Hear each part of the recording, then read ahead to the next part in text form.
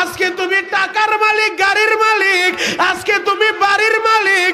নরসিংদী শহরে বাড়ি আছে, আজ থেকে 20 বছর আগে এত টাকা তোমার ছিল না রে ভাই।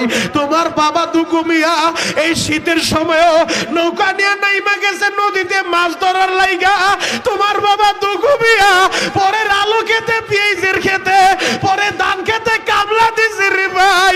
অসুস্থ শরীর নিয়ে এমনও সময় গেছে বাবা অসুস্থ, সকালবেলা কামে চইলা যায়, মায় ডাক দিয়ে বলে অসুস্থ অবস্থায় কই যান? তখন বাবাই কি বলে জানুনি?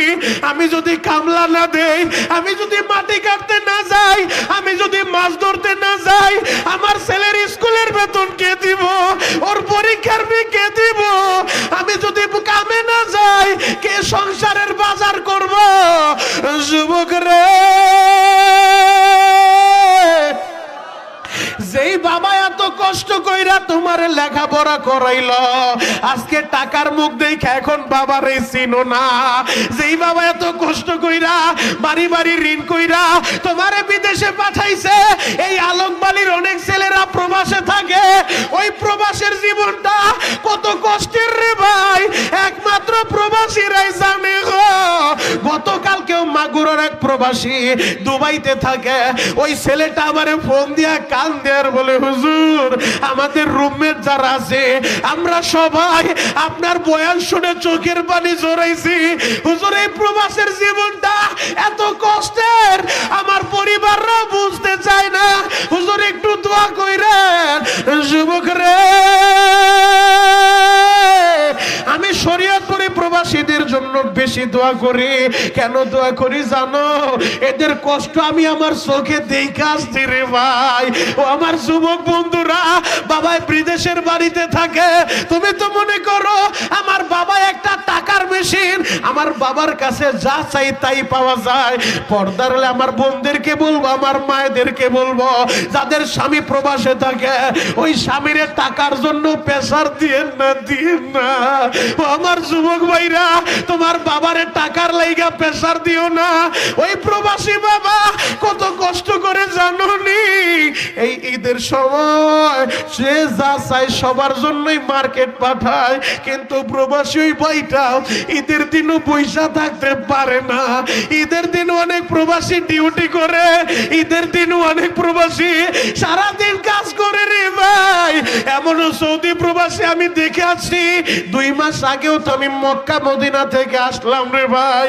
আহারে, ওই মক্কা মদিনায় হেরেমে গেলে দেখা যায় কত প্রবাসী ভাইরা ঠিক মতো আকামা পায় নাই, কাগজ পায় নাই, এখন ঠিক মতো কাজও করতে পারে না।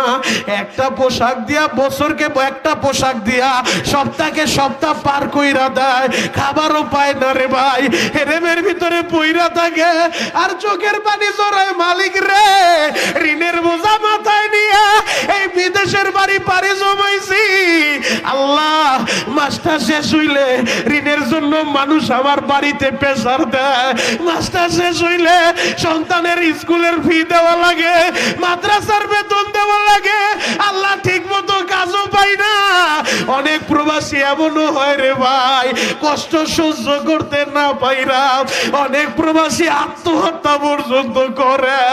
আমার প্রবাসী ভাইরা, তোমরা যারা প্রবাসের বাড়িতে বৈশা আমি শরীয়তপুরের বয়ান শুনবা, আমি তোমাদেরকে বলে যাই রে ভাই, চোখের পানি জড়াইয়া আমার আল্লাহর কাছে দরখাস্ত দিবা, মালিক রে হালাল রিজিকের ব্যবস্থা কইরো, হারাম থেকে বাঁচায় রাখো। তোমরা ওই প্রবাসীদের জন্য দোয়া করবা। এই আলোক বালির যেই প্রবাসীরা, এই নরসিংদীর যেই প্রবাসীরা, আমার শরীয়তপুরের অনেক প্রবাসীরা, আহারে তোমরা কি দেখো নাই রে ভাই, ইতালি যাইতে যাইয়া ইতালির উদ্দেশ্যে রওনা করছে মাদারীপুরের 10টা ছেলে। আহারে ওই সমুদ্রের ভিতরে ডুইবা দুনিয়া থেকে বিদায় নিয়ে চইলা গেছে। টাকার মেশিন ছিল চিরতরে বন্ধ হয়ে গেছে। ওই প্রবাসীদের জ্বালা আমার আল্লাহ ছাড়া কেউ জানে না। গত রমজানে হুজুরের বাড়ি যেহেতু নান্দাইল, আমার মনে পড়ে গেল নান্দাইলের একটা প্রবাসীর কথা। আমি গত রমজানে আমার নবীর রওজাটা জিয়ারত কইরা আমি যখন বের হইছি বাবা জান্নাতুল বাকি গেটের সামনে, হঠাৎ কইরা নান্দাইলের একটা প্রবাসী ছেলে আমারে দেখা দৌড়া আমার কাছে আসছে, আইসা বলে শরীয়তপুরি ভাই এমন কোন দিন নাই আপনার বয়ান শুনি না ভাই, আপনি নবীর রওজার পাশে আইছেন, আপনি একটু আমার বাবার লাইগা দোয়া কইরেন। এই প্রবাসী জীবন এত কষ্টের, এই প্রবাসী জীবন এত নিষ্ঠুর, এই প্রবাসে আইসা আমি আমার বাবারে হারাইছি, আমার বাবারে শেষ মাটিটা দিতে